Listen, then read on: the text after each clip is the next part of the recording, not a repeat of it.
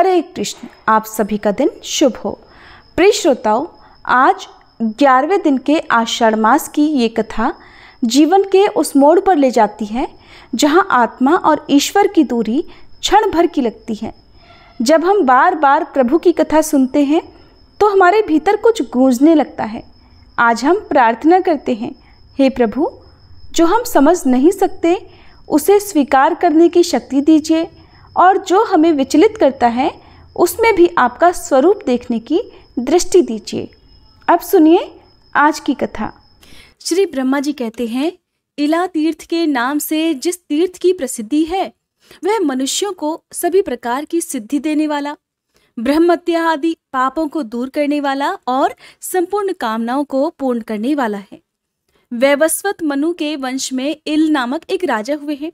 वे बहुत बड़ी सेना साथ लेकर शिकार खेलने के लिए एक बार वन को गए। वहां उनकी बुद्धि में कुछ दूसरा ही निश्चय हुआ। उन्होंने अमात्यों से कहा कि आप सभी लोग मेरे पुत्र द्वारा पालित नगर में चले जाएं। देश, कोश, बल, राज्य तथा मेरे पुत्र की भी रक्षा करें।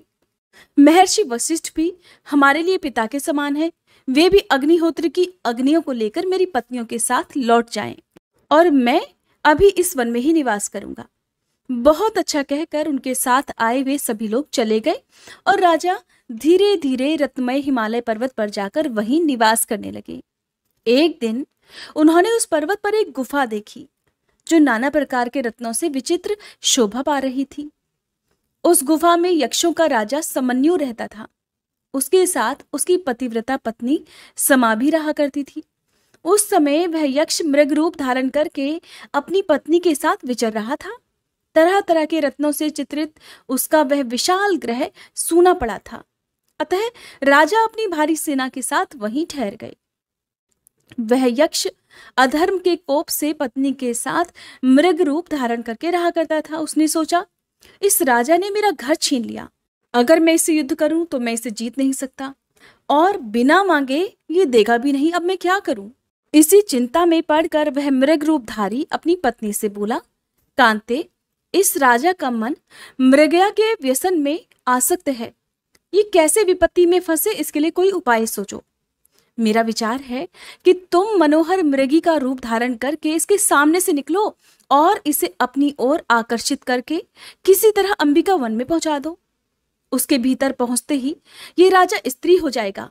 भद्रे, ये काम केवल तुम ही कर सकती हो, और मेरे लिए ऐसा करना कदापि उचित नहीं होगा। यक्षिणी ने पूछा, नाथ, अंबिका वन तो बड़ा सुंदर है, तुम उसमें क्यों नहीं जा सकते? अगर तुम भी चले जाओ तो क्या दोष होगा? ये हमें ठीक ठीक बताओ कि उसमें जाने से क्या दोष लगता है। तब यक्ष ने कहा, एक समय पार्वती जी ने एकांत में बैठे हुए भगवान शंकर से कहा कि हे देवेश्वर, स्त्रियों की ये स्वाभाविक इच्छा होती है कि उनकी रति क्रीड़ा सदा गुप्त रहे। इसलिए मुझे ऐसा नियत स्थान दीजिए जो आपकी आज्ञा से सुरक्षित हो। मैं स्थान वही चाहती हूँ जो उमावन के नाम से प्रसिद्ध है। उसमें आप, गणेश, कार्तिकेय और नंदी के सिवा जो कोई भी प्रवेश करे वो स्त्री हो जाए। शंकर जी ने प्रसन्न होकर कहा, देवी तथास्तु, ऐसा ही हो। तब मृग रूपधारी वह यक्ष कहने लगा कि हे प्रिय, इसीलिए मैं उमा के उस वन में नहीं जाना चाहता और ना ही मुझे जाना चाहिए। अपने स्वामी का ये वचन सुनकर इच्छानुसार रूप धारण करने वाली वह यक्षिणी विशाल नेत्रों वाली मृगी बनकर राजा के सामने आई। यक्ष वहीं ठहर गया। राजा ने उस मृगी को देखा। मृगया में तो उनकी आसक्ति थी ही। मृगी पर नजर पड़ते ही वे अकेले घोड़े पर जा बैठे और उसका पीछा करने लगे। वो धीरे धीरे राजा को अंबिका वन तक खींच ले गई। जब घोड़े पर बैठे बैठे ही वह उमा वन में प्रविष्ट हो गए, तब यक्षिणी ने मृगी का रूप छोड़कर दिव्य रूप धारण कर लिया और अशोक वृक्ष के नीचे खड़ी होकर राजा को देखकर हंसने लगी। पति की कही हुई बातों को याद करके वो राजा से बोली, सुंदरी इला, तुम अकेली अबला घोड़े पर चढ़कर पुरुष के वेश में कहाँ जा रही हो? किसके पास जाओगी? उसके मुख से इला शब्द सुनते ही राजा को इतना क्रोध आया कि वो मूर्छित हो उठे और यक्षिणी को डांट कर मृगी का पता पूछने लगे। तो यक्षिणी ने फिर से कहा, इले, इले, अपने आप को अच्छी तरह देख तो लो, फिर मुझे मिथ्यावादिनी या सत्यवादिनी कहना। राजा को उस समय तो कुछ समझ में नहीं आया, लेकिन देखते ही देखते राजा को खुद के अंदर स्त्री होने का आभास हो गया। ये मुझे क्या हो गया, ये कहते ही राजा चकित हो गए और उन्होंने यक्षिणी से पूछा, सुव्रते, ये मुझे क्या हो गया, इस बात को आप ठीक ठीक जानती हैं, अतः बताइए आप कौन हैं और मेरे साथ ऐसा क्यों हुआ है, इसका भी परिचय दीजिए। तब यक्षिणी बोली, हिमालय की श्रेष्ठ गुफा में मेरे पति यक्षराज सम्मन्यु निवास करते हैं और मैं उन्हीं की पत्नी हूँ। जिस शीतल कंदरा में आप ठहरे हुए हैं वो हमारा ही घर है और मैं ही मृगी बनकर आपको यहाँ तक ले आई हूँ। ये उमावन है। यहाँ के लिए पूर्व काल में महादेव जी ये वर दे चुके हैं कि जो भी पुरुष इसमें प्रवेश करेगा वो स्त्री हो जाएगा। अतः आप भी स्त्री हो गए। इससे आपको दुखी बिल्कुल नहीं होना चाहिए। कोई कितना ही प्रौढ़ क्यों ना हो, भवितव्यता को कोई नहीं जानता। इस प्रकार इला को आश्वासन देकर वह सुंदरी यक्षिणी अंतर्ध्यान हो गई। उसने जाकर अपने पति से सारा हाल कह सुनाया। यक्ष ने सुना तो सुनकर वह भी बहुत प्रसन्न हुआ। इधर इला गाती और नृत्य करती हुई उमावन में ही रहने लगी। वह कर्म की गति का स्मरण करती हुई स्त्री स्वभाव के अनुसार ही चेष्टा करती थी। एक दिन जब इला नृत्य कर रही थी तो बुध ने उसे देखा।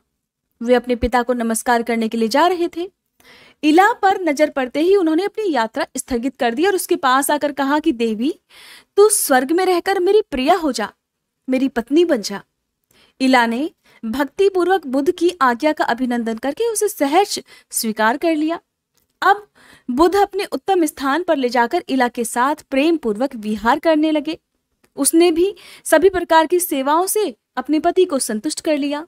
इस तरह बहुत सारा समय बीत जाने के बाद बुध ने प्रसन्न होकर एक दिन अपनी प्रिया से कहा कि कल्याणी, मैं तुझे क्या दूं? तेरे मन में जो भी प्रिय वस्तु हो उसे मांग ले। इला ने सुना तो सहसा बोल उठी कि मुझे पुत्र दे दीजिए। तब बुध ने तथास्तु कहते हुए कहा कि तुम्हारे गर्भ से विश्वविख्यात क्षत्रिय पुत्र उत्पन्न होगा। उससे चंद्रवंश की वृद्धि होगी। वह तेज में सूर्य, बुद्धि में बृहस्पति, क्षमा में पृथ्वी, युद्ध संबंधी पराक्रम में भगवान विष्णु और क्रोध में अग्नि के समान होगा। समय आने पर महात्मा बुध का पुत्र उत्पन्न हुआ।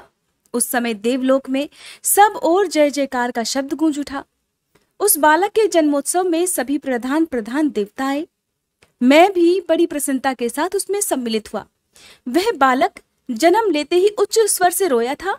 अतः वहां एकत्रित हुए देवताओं तथा ऋषियों ने एक दूसरे से कहा, इस बालक ने पुरु अर्थात अत्यंत उच्च स्वर से रव अर्थात शब्द किया है, अतः इसका नाम पुरुर्वा होना चाहिए। सबने संतुष्ट होकर यही नाम रख दिया। फिर बुध ने अपने पुत्र को क्षत्रियोचित विद्या पढ़ाई और प्रयोग सहित धनुर्विद्या का ज्ञान भी दिया। पुरुर्वा शुक्ल पक्ष के चंद्रमा की भांति शीघ्र ही बढ़कर बड़ा हो गया। उसने अपनी माता को दुखी देख विनीत भाव से नमस्कार करके कहा, माताश्री, बुध मेरे पिता और आपके प्रीतम पति हैं। मुझ जैसा कर्मठ पुरुष आपका पुत्र है, फिर भी आपके मन में चिंता किस बात की है? पुत्र की बात सुनकर इला बोली, बेटा, तुम ठीक कहते हो।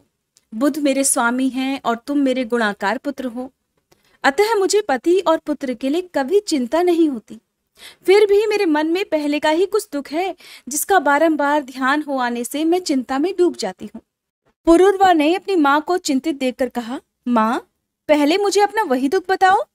तब इला ने पुरुर्वा को इक्ष्वाकु वंश का परिचय देते हुए अपने जन्म, नाम, राज्य प्राप्ति, पुत्र जन्म, पुरोहित वशिष्ठ, प्रिय पत्नी, वन में आने की, हिमालय की कंदरा में निवास करने की, उमावन में प्रवेश, पुरुष से स्त्री बनने की, बुद्ध से समागम, प्रेम तथा पुनः पुत्र जन्म आदि से संबंध रखने वाली सारी बातें कह सुनाई। सुनकर पुरुर्वा ने माता से पूछा, माँ, मैं क्या करूं?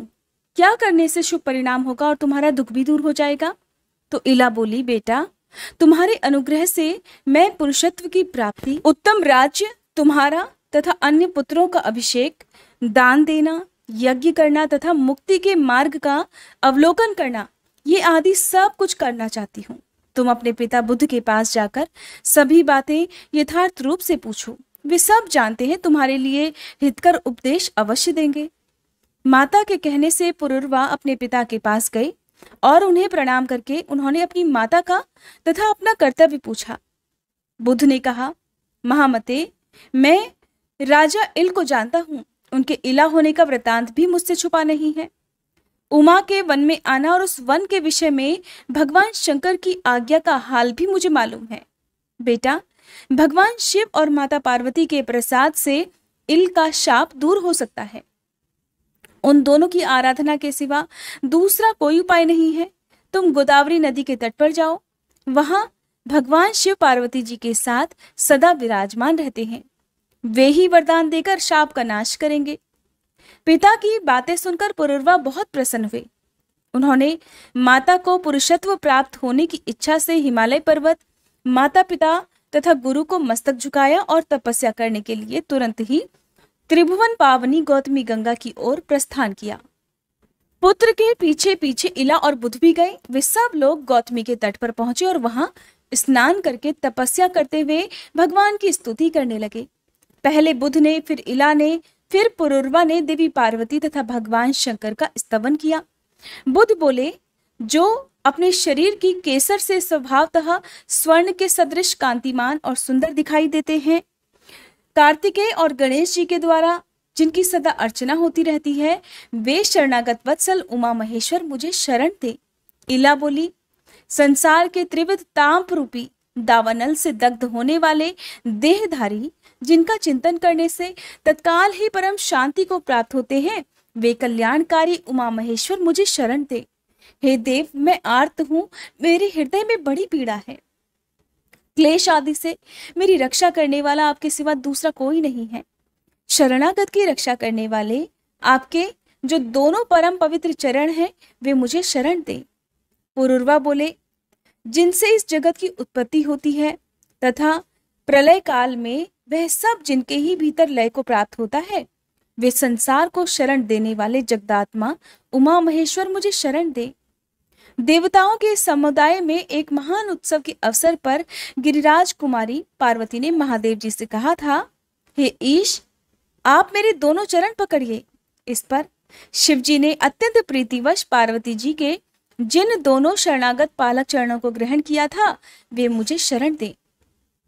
ये स्तुति सुनकर उमावर महेश्वर प्रकट हो गए। भगवती उमा ने कहा, तुम लोगों का मनोरथ क्या है, बताओ, मैं उसे पूर्ण करूंगी। तुम्हारा कल्याण हो। तुम सब लोग कृतार्थ हो गए। जो वस्तु देवताओं के लिए भी दुर्लभ हो, वह भी मैं तुम्हें दूंगी। सुनकर पुरुरवा बोले, हे जगदम्बिके, राजा इल अज्ञानवश आपके वन में घुस गए थे। हे देवेश्वरी, आप उनके उस अपराध को क्षमा कर दीजिए और पुनः उन्हें पुरुषत्व प्रदान करें।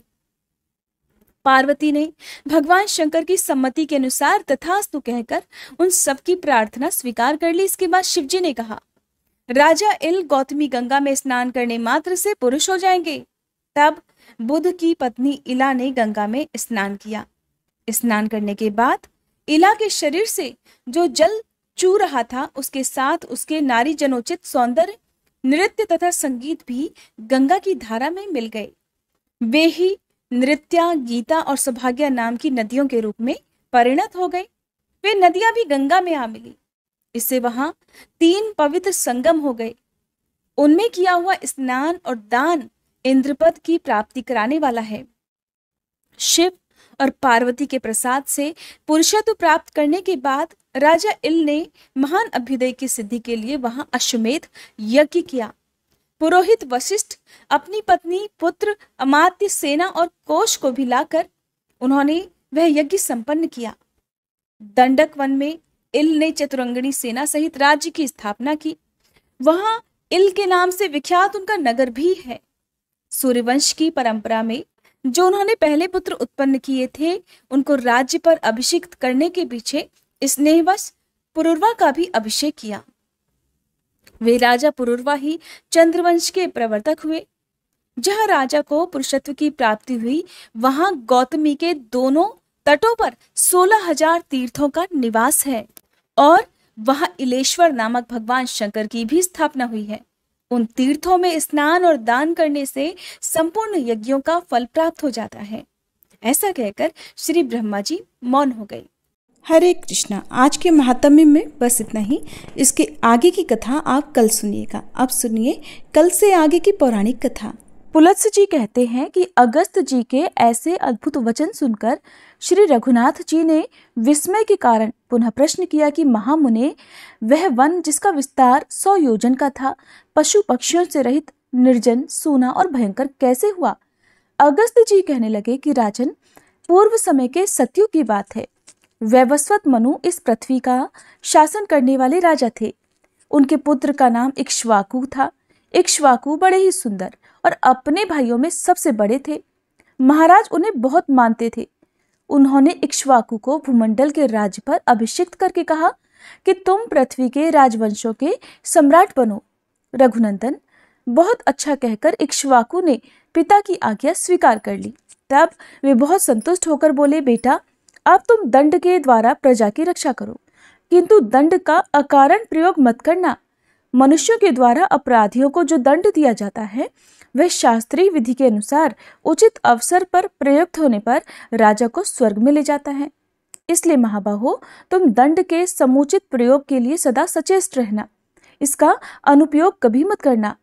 ऐसा करने पर संसार में तुम्हारे द्वारा अवश्य ही परम धर्म का पालन होगा। इस प्रकार एकाग्र मन से अपने पुत्र इक्ष्वाकु को बहुत सारे उपदेश देकर महाराज मनु बड़ी प्रसन्नता के साथ स्वर्गलोक को सिधार गए। इसके बाद राजा इक्ष्वाकु को ये चिंता हुई कि मैं कैसे पुत्र उत्पन्न करूं। इसके लिए उन्होंने तरह तरह के शास्त्रीय कर्म, यज्ञ यज्ञादि किए और उनके द्वारा राजा को अनेकों पुत्रों की प्राप्ति हुई। देव कुमार के समान तेजस्वी राजा इक्ष्वाकु ने पुत्रों को जन्म देकर अपने पितरों को संतुष्ट किया। रघुनंदन, इक्ष्वाकु के पुत्रों में जो सबसे छोटा था, वह गुणों में सबसे श्रेष्ठ था। वह शूर और विद्वान तो था ही, प्रजा का आदर करने के कारण सबके विशेष गौरव का पात्र हो गया था। उसके बुद्धिमान पिता ने उसका नाम दंड रखा और विंध्यगिरि के 2 शिखरों के बीच में उसके रहने के लिए एक नगर दे दिया। उस नगर का नाम था मधुमत्त। धर्मात्मा दंड ने बहुत वर्षों तक वहां का अकंटक राज्य किया। इसके बाद एक समय, जबकि चारों ओर चैत्र मास की मनोरम छटा छा रही थी, राजा दंड भार्गव मुनि के रमणीय आश्रम के पास गया। वहां जाकर उसने देखा कि भार्गव मुनि की परम सुंदरी कन्या, जिसके रूप की कहीं तुलना नहीं थी, वन में घूम रही है। उसे देखकर राजा दंड के मन में पाप का उदय हुआ और वह काम बाण से पीड़ित होकर उस कन्या के पास जाकर बोला, सुंदरी, तुम कहाँ से आई हो? शोभामयी, तुम किसकी पुत्री हो? मैं काम से पीड़ित होकर तुमसे ये बातें पूछ रहा हूँ।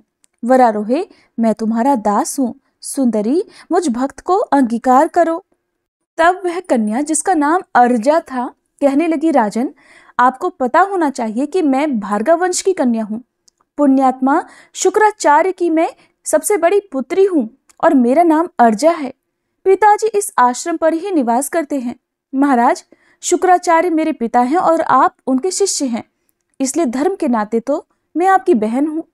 इसलिए आपको मुझसे ऐसी बातें नहीं कहनी चाहिए। अगर कोई दूसरा दुष्ट पुरुष मुझ पर बुरी नजर डाले, तब तो आपको सदा उनके हाथों से मेरी रक्षा ही करनी चाहिए। मेरे पिता बड़े क्रोधी और भयंकर हैं। वे अपने शाप से आपको अभिभस्म कर सकते हैं। इसलिए राजन, आप मेरे महातेजस्वी पिता के पास जाइए और धर्मानुकूल बर्ताव के द्वारा उनसे मेरे लिए याचना कीजिए। नहीं तो इसके विपरीत आचरण करने पर आप पर महान और घोर दुख आ पड़ेगा।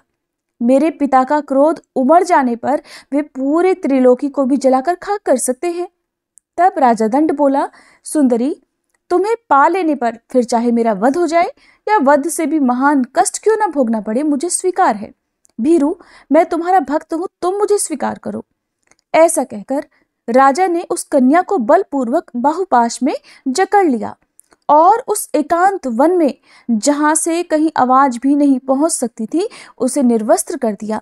बेचारी अबला उसकी भुजाओं से छूटने के लिए बहुत छटपटाई, परंतु फिर भी उसने स्वेच्छानुसार उसके साथ भोग किया।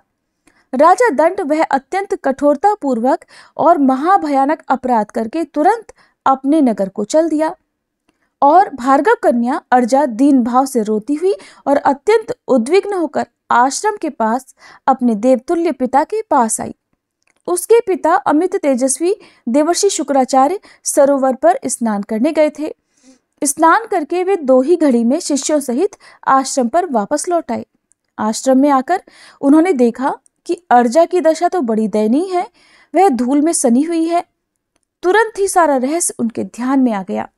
फिर तो शुक्र को बड़ा रोष हुआ। वे तीनों लोगों को दग्ध सा करते हुए अपने शिष्यों को सुनाकर कहने लगे, धर्म के विपरीत आचरण करने वाले अदूरदर्शी दंड के ऊपर प्रज्वलित अग्निशिखा के समान भयंकर विपत्ति आ रही है। तुम सब लोग देखना, वह खोटी बुद्धि वाला पापी राजा अपने देश, भृत्य, सेना और वाहन सहित नष्ट हो जाएगा। उसका राज्य 100 योजन लंबा चौड़ा है। उस समूचे राज्य में इंद्र धूल की बड़ी भारी वर्षा करेंगे। उस राज्य में रहने वाले स्थावर जंगम जितने भी प्राणी हैं, उन सब का उस धूल की वर्षा से जल्दी ही नाश हो जाएगा। जहां तक दंड का राज्य है, वहां तक के उपवनों और आश्रमों में अचानक 7 रात तक धूल की वर्षा होती रहेगी। क्रोध से संतप्त होने के कारण इस प्रकार शाप देकर महर्षि शुक्राचार्य ने आश्रमवासी शिष्यों से कहा कि तुम लोग यहाँ रहने वाले सब लोगों को इस राज्य की सीमा से बाहर ले जाओ। उनकी आज्ञा पाते ही आश्रमवासी मनुष्य जल्दी ही उस राज्य से हट गए और सीमा से बाहर जाकर उन्होंने अपने अपने डेरे डाल लिए। इसके बाद शुक्राचार्य अर्जा से बोले, ओ नीच बुद्धि वाली कन्या, तू अपने मन को एकाग्र करके सदा इस आश्रम पर ही निवास कर। ये 4 कोस के विस्तार का सुंदर शोभा संपन्न सरोवर है। अर्जा, तू रजोगुण से रहित सात्विक जीवन बिताती हुई यहाँ 100 वर्षों तक रहे। महर्षि का यह आदेश सुनकर अर्जा ने उनकी बात स्वीकार कर ली। उस समय वह बहुत ही दुखी हो रही थी। शुक्राचार्य ने कन्या से ऐसी बातें कहकर फिर वहां से दूसरे आश्रम के लिए प्रस्थान किया। ब्रह्मवादी महर्षि के कहे अनुसार विंध्यगिरि के शिखरों पर फैला हुआ राजा दंड का समूचा राज्य 1 सप्ताह के अंदर ही जलकर खाक हो गया। तब से वह विशाल वन दंडकारण्य कहलाता है। रघुनंदन, आपने जो मुझसे पूछा था वह सारा प्रसंग मैंने कह सुनाया। अब संध्योपासन का समय बीता जा रहा है। ये महर्षिगण सब और जल से भरे घड़े लेकर अर्घ्य देकर भगवान सूर्य की पूजा कर रहे हैं। आप भी चलकर संध्या वंदन कीजिए। ऋषि की आज्ञा मानकर श्री रघुनाथ जी संध्योपासन करने के लिए उस पवित्र सरोवर के तट पर गए। इसके बाद आचमन और सायं संध्या करके श्री रघुनाथ जी महात्मा कुंभज के आश्रम में गए। वहां उन्होंने बड़े आदर के साथ अधिक गुणकारी फल मूल और रसीले साग भोजन के लिए अर्पित किए। राजा श्री राम ने बड़ी प्रसन्नता के साथ उस अमृत के समान मधुर भोजन का भोग लगाया और पूर्ण तृप्त होकर रात में वहीं विश्राम किया। सवेरे उठकर उन्होंने अपना नित्य कर्म किया और वहां से विदा होने के लिए महर्षि के पास गए। वहां जाकर उन्होंने मुनि को प्रणाम किया और कहने लगे, ब्राह्मण, अब मैं आपसे विदा लेना चाहता हूँ, आप आज्ञा देने की कृपा करें। महामुने, आज मैं आपके दर्शन से कृतार्थ और अनुग्रहित हुआ। श्री राम जी के ऐसे अद्भुत वचन कहने पर तपस्वी अगस्त जी ने बहुत प्रसन्न होकर कहा, श्री राम, कल्याणमय अक्षरों से युक्त आपका यह वचन बड़ा ही अद्भुत है। रघुनंदन, ये संपूर्ण प्राणियों को पवित्र करने वाला है। जो मनुष्य आपको 2 घड़ी भी देख लेते हैं, वे समस्त प्राणियों में पवित्र और देवता कहलाते हैं। रघुश्रेष्ठ, आप समस्त देहधारियों के लिए परम पावन हैं और आपका प्रभाव ऐसा ही है। जो लोग आपकी चर्चा करेंगे उन्हें भी सिद्धि प्राप्त होगी। आप इस मार्ग से शांत और निर्भय होकर जाइए और धर्मपूर्वक राज्य का पालन कीजिए, क्योंकि आप ही इस जगत के एकमात्र सहारे हैं। महर्षि के ऐसा कहने पर महाराज श्री राम जी ने हाथ जोड़कर उन्हें प्रणाम किया और अन्यान्य मुनिवरों को भी, जो सब के सब तपस्या के धनी थे, सादर अभिवादन करके विशांत भाव से सुवर्ण भूषित पुष्पक विमान पर चढ़ गए। यात्रा के समय मुनिगणों ने सब ओर से उन पर आशीर्वादों की वर्षा की। समस्त पुरुषार्थों के ज्ञाता श्री रघुनाथ जी दोपहर होते होते अयोध्या में पहुंचकर 7वीं ड्योढ़ी में उतरे। इसके बाद उन्होंने इच्छानुसार चलने वाले उस परम सुंदर पुष्पक विमान को विदा कर दिया। फिर महाराज ने द्वारपालों से कहा कि तुम लोग बड़ी जल्दी जाकर भरत और लक्ष्मण को मेरे आने की सूचना दो और उन्हें अपने साथ ही लिवा लाओ, देर मत करना। तब द्वारपाल आज्ञा के अनुसार जाकर दोनों कुमारों को बुला लाए। रघुनाथ जी अपने प्रिय बंधु भरत और लक्ष्मण को देखकर बहुत प्रसन्न हुए और उन्हें अपने हृदय से लगाकर बोले, मैंने ब्राह्मण के शुभ कार्य का यथावत संपादन किया है। अब मैं प्रतिमा स्थापन, देवालय निर्माण आदि पूर्ण धर्म का अनुष्ठान करूंगा। वीरो, मेरा कान्याकुब्ज देशों में जाकर भगवान वामन की प्रतिष्ठा करने का विचार है। भीष्म जी ने पूछा, ब्रह्मर्षि, श्री राम जी ने कान्याकुब्ज देश में भगवान वामन की प्रतिष्ठा किस प्रकार की? उन्हें श्री वामन जी का विग्रह कहाँ मिला? इन सब बातों का विस्तार के साथ वर्णन कीजिए। भगवान श्री राम जी के कीर्तन से संबंध रखने वाली कथा बड़ी ही मधुर, पावन और मनोरम होती है। आपने जो ये कथा सुनाई है उससे मेरे हृदय और कानों को बड़ा सुख मिला है। सारा संसार भगवान श्री राम को प्रेम और अनुराग से देखता है। वे बड़े ही धर्मज्ञ थे। वे जब पृथ्वी का राज्य करते थे उस समय सभी वृक्ष फल और रस से भरे रहते थे। पृथ्वी बिना जोते ही अन्न देती थी। उन महात्मा का इस भूमंडल पर कोई शत्रु नहीं था। अतः मुनिवर, मैं भगवान श्री राम जी का सारा चरित्र सुनना चाहता हूँ। तब पुलस्त्य जी बोले, महाराज, धर्म के मार्ग पर स्थित रहने वाले श्री राम जी ने कुछ समय के बाद जो महत्वपूर्ण कार्य किया उसे एकाग्र मन से सुनो। एक दिन श्री रघुनाथ जी मन ही मन इस बात का विचार करने लगे कि राक्षस कुलोत्पन्न राजा विभीषण लंका में रहकर सदा ही राज्य करते रहे, उसमें किसी प्रकार की विघ्न बाधा ना पड़े, इसके लिए क्या उपाय हो सकता है? मुझे चलकर उन्हें हित की बात बतानी चाहिए, जिससे उनका राज्य सदा कायम रहे। अमित तेजस्वी श्री राम जी जब इस प्रकार विचार कर रहे थे, उसी समय भरत जी वहां आए और श्री राम जी को विचार मग्न देखकर इस प्रकार बोले, देव, आप क्या सोच रहे हैं? अगर कोई गुप्त बात न हो तो मुझे बताने की कृपा करें। श्री रघुनाथ जी कहने लगे कि मेरी कोई भी बात तुमसे छिपाने योग्य नहीं है। तुम और महायशस्वी लक्ष्मण मेरे बाहरी प्राण हो। मेरे मन में इस समय सबसे बड़ी चिंता ये है कि विभीषण देवताओं के साथ कैसा बर्ताव करते हैं, क्योंकि देवताओं के हित के लिए ही मैंने रावण का वध किया था। इसलिए वत्स, जहां विभीषण है वहां मैं जाना चाहता हूँ। लंकापुरी को देखकर राक्षस राज को उनके कर्तव्य का उपदेश करूंगा। भगवान श्री राम के ऐसा कहने पर हाथ जोड़कर खड़े हुए भरत ने कहा, मैं भी आपके साथ चलूंगा। श्री रघुनाथ जी बोले, महाबाहो, अवश्य चलो। फिर वे लक्ष्मण से बोले, वीर, तुम नगर में रहकर हम दोनों के लौटने तक इसकी रक्षा करना। लक्ष्मण को इस प्रकार आदेश देकर कौशल्या का आनंद बढ़ाने वाले श्री राम जी ने पुष्पक विमान का स्मरण किया। विमान के वहां आ जाने पर वे दोनों भाई उस पर आरूढ़ हो गए। सबसे पहले वह विमान गांधार देश में गया।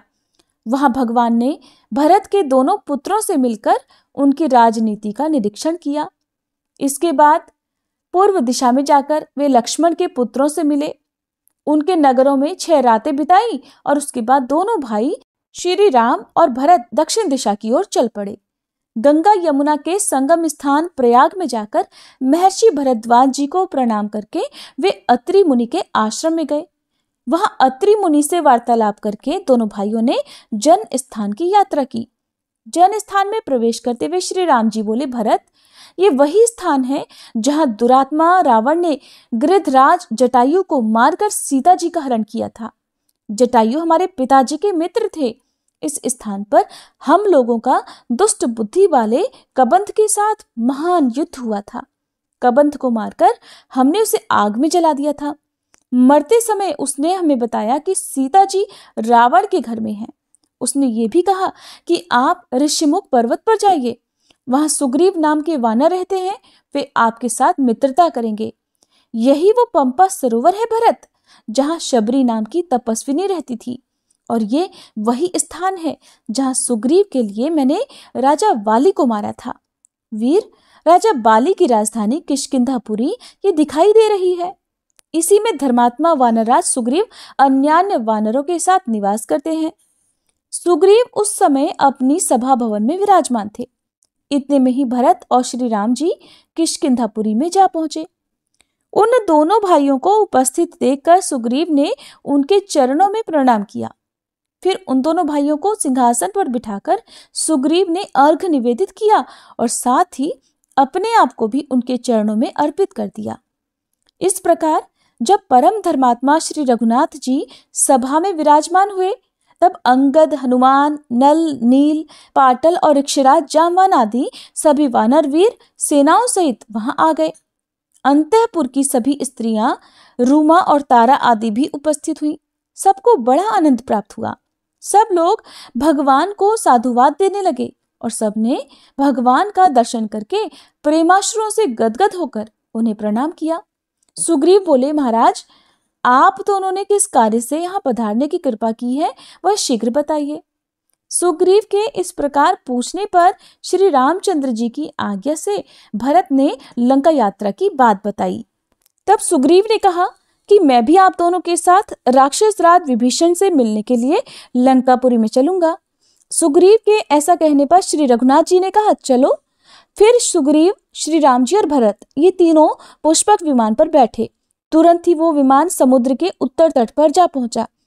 उस समय श्री राम जी ने भरत से कहा, भरत, ये वही स्थान है जहां राक्षस राज विभीषण अपने 4 मंत्रियों को साथ लेकर प्राण बचाने के लिए मेरे पास आए थे। उसी समय लक्ष्मण ने लंका के राज्य पर उनका अभिषेक किया था। यहाँ मैं समुद्र के इस पार 3 दिन तक इस उम्मीद से ठहरा रहा कि ये मुझे दर्शन देगा और सगर का पुत्र होने के कारण अपना कुटुंबी समझकर मेरा कार्य करेगा, किंतु तब तक इसने मुझे दर्शन नहीं दिया। ये देखकर चौथे दिन मैंने बड़ी तेजी से धनुष चढ़ाकर हाथ में दिव्यास्त्र ले लिया। ये देखकर समुद्र को बड़ा भय हुआ और वह शरणार्थी होकर लक्ष्मण के पास पहुंचा। सुग्रीव ने भी बहुत अनुनय विनय की और कहा कि प्रभु से क्षमा कर दीजिए। तब मैंने वह बाण मरुदेश में फेंक दिया। इसके बाद समुद्र ने मुझसे कहा, रघुनंदन, आप मेरे ऊपर पुल बांधकर जल राशि से भरे महासागर के पार चले जाइए। तब मैंने वरुण के निवास स्थान समुद्र पर यह महान पुल बांधा था। श्रेष्ठ वानरों ने मिलकर 3 ही दिनों में यह कार्य पूरा किया था। पहले दिन उन्होंने 14 योजन तक पुल बांधा, दूसरे दिन 36 योजन तक और तीसरे दिन 100 योजन तक का पूरा पुल तैयार कर दिया। देखो, ये लंका दिखाई दे रही है। इसका परकोटा और नगर द्वार सब सोने के बने हुए हैं। यहाँ वानर वीरों ने बहुत बड़ा घेरा डाला था। यहाँ नील ने राक्षस श्रेष्ठ प्रहस्त का वध किया था। इसी स्थान पर हनुमान जी ने धूम्राक्ष को मार गिराया था। और देखो, यही सुग्रीव ने महोदर और अतिकाय को मौत के घाट उतारा था। और इसी स्थान पर मैंने कुंभकर्ण को और लक्ष्मण ने इंद्रजीत को मारा था। और यहीं पर मैंने राक्षस राज दक्षग्रीव का वध किया था। यहाँ लोक पितामह ब्रह्मा जी मुझसे वार्तालाप करने के लिए पधारे थे। उनके साथ पार्वती जी सहित त्रिशूलधारी भगवान शंकर भी थे। हमारे पिता महाराज दशरथ भी स्वर्गलोक से यहीं पधारे थे।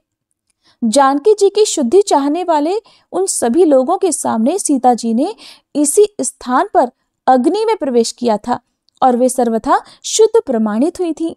लंकापुरी के अधिष्ठाता देवताओं ने भी सीता जी की अग्नि परीक्षा देखी थी। पिताजी की आज्ञा से मैंने सीता जी को स्वीकार किया। इसके बाद महाराज ने मुझसे कहा कि बेटा, अब अयोध्या को जाओ। हरे कृष्णा। आज के अध्याय में बस इतना ही। इसके बाद भगवान श्री राम ने जो भी बातें बताई उन सभी का विस्तार पूर्वक वर्णन आप सभी अगली कथा में जरूर सुनिएगा।